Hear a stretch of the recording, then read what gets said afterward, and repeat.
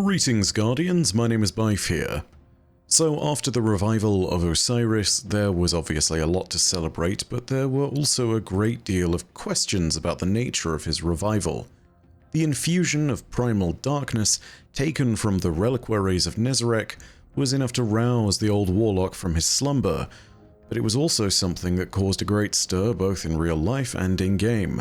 After all, Osiris might have been returned to us, but there's no telling whether he was, once again, truly himself or not.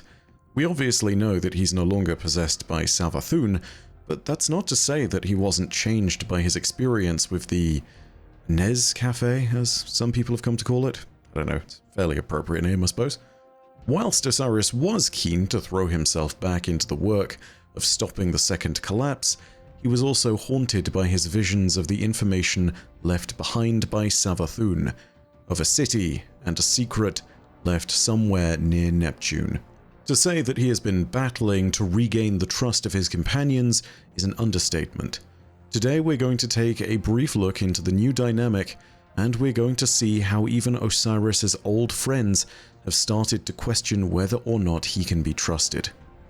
But first, we need to start not with Osiris himself, but with Ikora Rey, the leader of the Hidden and the Warlock Vanguard mentor. Our story starts with a heated conversation between her and Saint 14 in her private office, one that is not going well. He is not compromised. Saint 14's voice echoes off the walls of Ikora's study. It would be hoarse if he weren't an exo. They've been arguing for over an hour. Ikora crossed her arms over her chest. We can't know that for sure. You can't, Saint fires back. But I can. I see it in him. The frustration, the guilt, the pain. Osiris is telling the truth about his visions. I don't doubt that he is, Ikora replies, a note of frustration creeping into her own voice.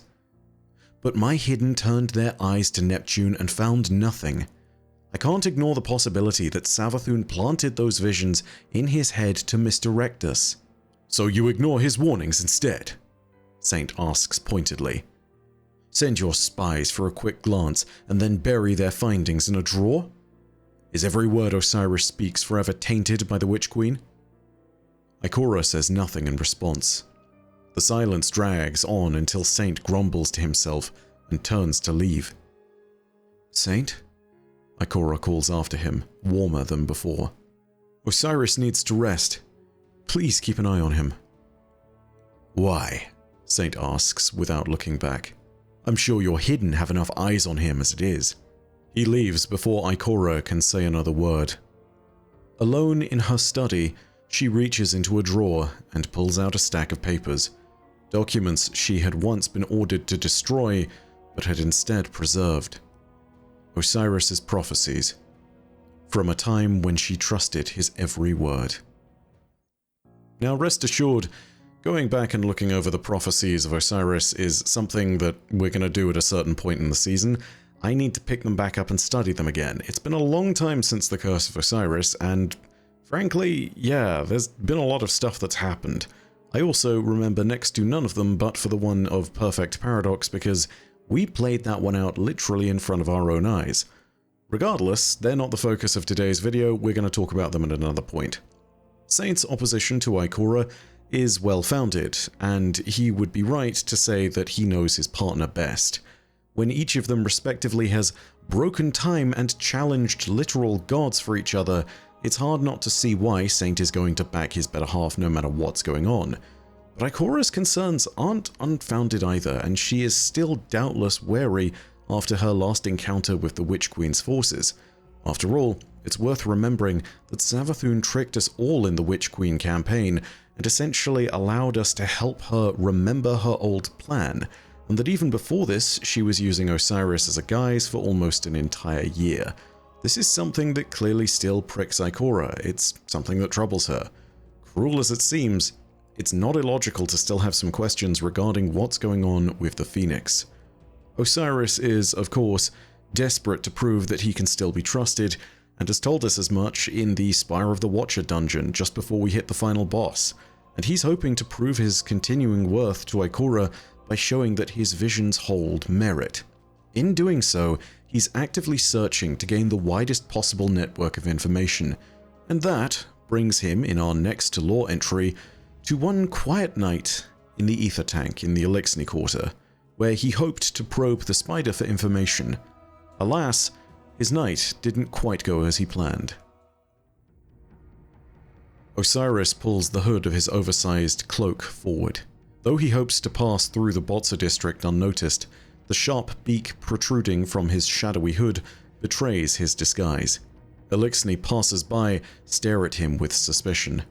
The erstwhile warlock slips into a darkened corner of the ether tank, where the barroom floor bustles with human and Eliksni gamblers, who wager whether the warmind Rasputin will be restored and how many civilians it will kill if revived. On the far side of the room, Spider lords over the scene with satisfaction. Osiris watches him, intent on finding a way to discreetly question him regarding Neptune. The Eliksni crime boss has cultivated a different set of informants than the Hidden, and Osiris needs intel from the widest net possible. Suddenly, Osiris feels the hair on the back of his neck stand up. Though he no longer has his light, centuries of training have left his intuition as sharp as ever. He merges into a crowd of karaoke enthusiasts and surveys the room. Standing just inside the tavern entrance is another cloaked figure. Though their disguise is far more plausible than his own, Osiris can clearly identify the Praxic warlock Arnor Mahal. Osiris curses under his breath. He retreats through the back entrance into the chill of the night. Osiris feels the darkness close in around him and wonders who among his former allies still trusts him. Given everything, he wonders whether he should still trust himself. So with Osiris's return being so notable, it's perhaps no surprise that the most infamous and efficient of the Hidden's agents has been tasked with keeping an eye on him. Arnor in particular is a character that is known for taking on corrupted guardians and foes that could cause extreme danger to the tower. She's good at what she does and has the strength of conviction and belief in her own abilities, to the point where she was able to stand up to certain infamous guardians, including the gunslinger and original wielder of the last word, Shin Malfa. Remember that, because that's no small feat. Arnor may not be a character that we, the Guardian, the player, have met, but she's a really big deal. She matters. Her selection for this mission is pretty telling. It implies not only the importance that the tower places on understanding whether Osiris can be trusted or not, but also what the Vanguard believes is within the realm of possibility. To be clear, Arnor is as much an executioner as she is an agent. I'd call her an assassin, but that implies some degree of subterfuge and stealth, which Arnor often doesn't care to employ. Yes, she can hide, but oftentimes she doesn't need to. She not only has the authority and Ikora's permission to kill on sight when it comes to guardians that have truly fallen to corruption, but she also has the conviction she needs to follow through on that charge and wields it like more of a cudgel. A righteous one, but a cudgel nonetheless. The point is, Arnor is the real deal. This is not a silent agent that will ultimately end up quietly killing someone and making it look like a mistake or an accident. This is someone who is sent to make a statement. This is someone who kills and doesn't care if it's done publicly. This is someone who knows what she believes right and wrong is. She is not to be screwed around with. Osiris, needless to say, is well aware of all of this too. He knows Arnor by reputation and is frankly not pleased about her presence here because he knows exactly what all that means. He leaves the ether tank for the Botsa district, and it's there that he has the most unpleasant of flashbacks possible and a run-in with our hidden friend. Construction scaffolding casts geometric shadows across damp alleyways. Work is still being done to repair the damage caused by Gaul's invasion, and it is here, in this place, where rats scurry in the absence of citizens, and where Osiris lies in wait. He had been here once before, nestled in a crack at the foot of the Schnell building, cupping his hands to his face to hold back the dark tide of necrotic fluid pulsing from his... No, that was Savathun. But still, the shadows remember him, and he remembers their embrace. Osiris stirs from his reverie the moment his pursuer enters the alley. He can see her shadow cast across the wall, penned in by the scaffolding's negative space. It is an optical illusion of a prison, a trick of the eye. Arnor Mahal notices the configuration and appreciates the symbolism of walking into a spider's web just before Osiris lunges from the darkness, grabbing her by the collar of her robe to slam her up against the opposite wall. Arnor grunts on impact, her gaze trailing down to Osiris's trembling hands holding fistfuls of fabric. While his stare is ferocious, his strength is lacking. She lets him hold her there against the wall, and the moment he realizes he's being pitied, Osiris releases her and takes a step back. "Your mind is still sharp," Arnor opines. It stings his pride, makes his jaw clench. "What did you think was going to happen next? I'm not going to fight you." She looks him up and down. "Wouldn't be sporting." "I remember the day you were raised," Osiris says with hushed strength. "Curled up beneath a ruined bus, screaming for help, too terrified to listen to your ghost, too frightened to hold the gun it had nudged under the wreck for you." Arnor sucks in a breath through her teeth and smooths the front of her robe. "I'm not here to hunt you," she clarifies. "I'm here to keep you safe." "From yourself" is implied. To that, Osiris has no retort. He reconsiders his surroundings and his actions, and shrinks away with regret.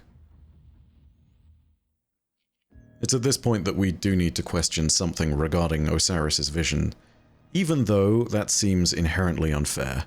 It's my belief that these visions definitely lead us to Neomuna and Neptune, and we know that because we know Lightfall's coming up. We understand that. In this exact moment in the story, of course, it's not clear that that's what's going to happen. But it's also worth remembering that even with everything that's going on, regardless of what's just happened in the alleyway with Arnor and Osiris, what just transpired, and regardless of what factors of trust there may be, it's worth keeping an eye on Osiris. Why? Not because I think he'll betray us, but because I think now he represents something new. Osiris is, in a strange way now, a conduit of sorts. He is a bridge in the gap between the powers of a hive god that has embraced the light and a primordial darkness found in a disciple of the Witness.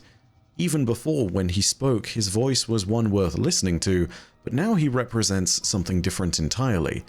He is a vast well of knowledge, and he's had close contact with all sorts of powers based around our enemy's own abilities. I believe he's going to need people at his side to guide him through the new part that he has to play, but I don't believe for a second that he's going to betray us. I do believe, however, that his insights are absolutely worth listening to, regardless of whether you believe that he can be trusted after the Nezarec corruption or not. And if I must say it, I think there are other less trustworthy characters that are doing things this season behind our back or right in front of us. I'm with Saint on this one. I don't believe for a second that Osiris, even though he believes himself to be untrustworthy, is. I think that we can still hold to the Phoenix's word, but if we are to keep an eye on him, let's do it for the fact that the information he has to say is clearly going to be important, that it may save the lost city and perhaps lead us to a new one on the edge of the system, and simply for the fact that, right now, he is probably the most alone he has been in a while. If it weren't for Saint, he truly would be. But that's all from me for now. I hope you enjoyed the video. If you did, go ahead and leave a like, and let me know your own thoughts down below in the comments section. And of course, hit subscribe and the bell next to subscribe to turn on those email notifications. But as per usual, know that your viewership, as always, is quite enough for me. And that in the meantime, my name is Bife. Per audacia ad astra. I'll see you, Starside.